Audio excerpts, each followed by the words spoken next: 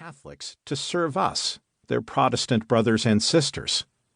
An Easter moment of grace, a show of Christian unity that no program or event could manufacture.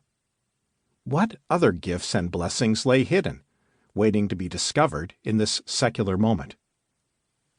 Technically, in the parlance of our contested cultural moment, this graffiti could be defined as an anti-religious hate crime. Yet such a viewpoint seemed ridiculous in light of the Christian way Father Dilshan and his parishioners responded. They had merely tried their best to clean up the mess and got on with their worship. I realized that they were driven by a different way of viewing the world, not by fear, but rather a desire not to see God's name defamed.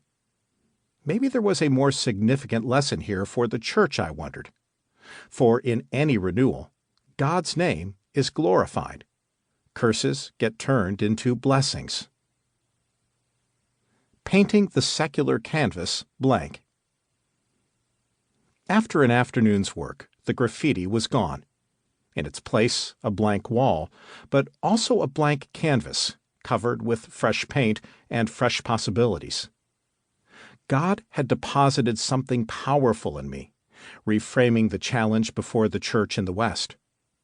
As cultural Christianity washes away, a blank canvas is appearing with the possibility of a new story being written upon it. What seemed like a crisis, when reframed through the eyes of the Spirit, was an incredible opportunity. Reframed from a lens of defeat to one of potential, God just had to stop me and interrupt my frantic and worried pattern. In the face of this cultural challenge, our programs, our smarts, our resources, our money, our communications, our skills, our education are not going to cut it anymore.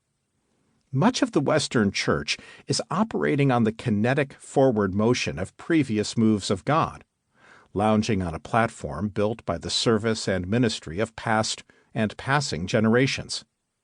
However, the fuel tank is approaching empty.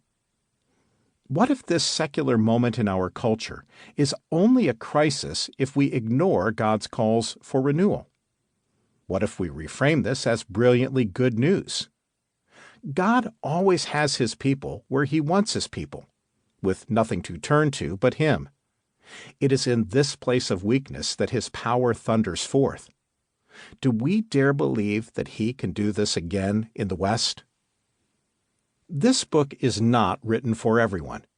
I have spoken often and written much in the past for the unsure, the cynical, those with one foot in the world and another in the church.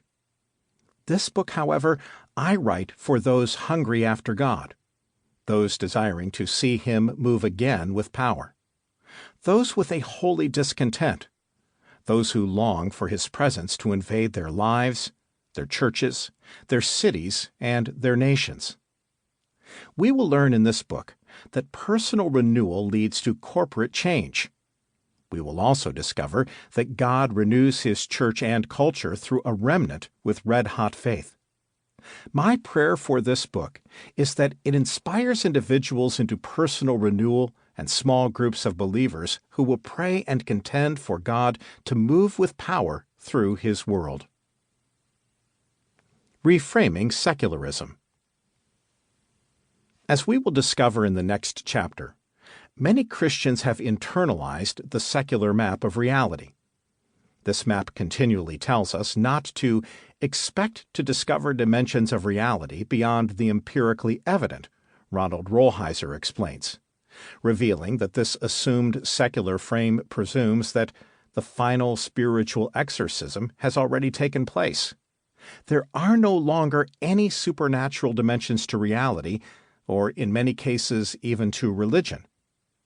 Such a viewpoint is assumed in the West, meaning that it even shapes the assumptions of the believer. Despite our belief in Christ, we can view the decline of the church in the West as inevitable, seeing it through the interpretive lens of the disconnected and detached elites in control of the commanding heights of our media. Interpreters who are stuck in post-Christian thought silos, and therefore have a terrible recent track record on understanding what is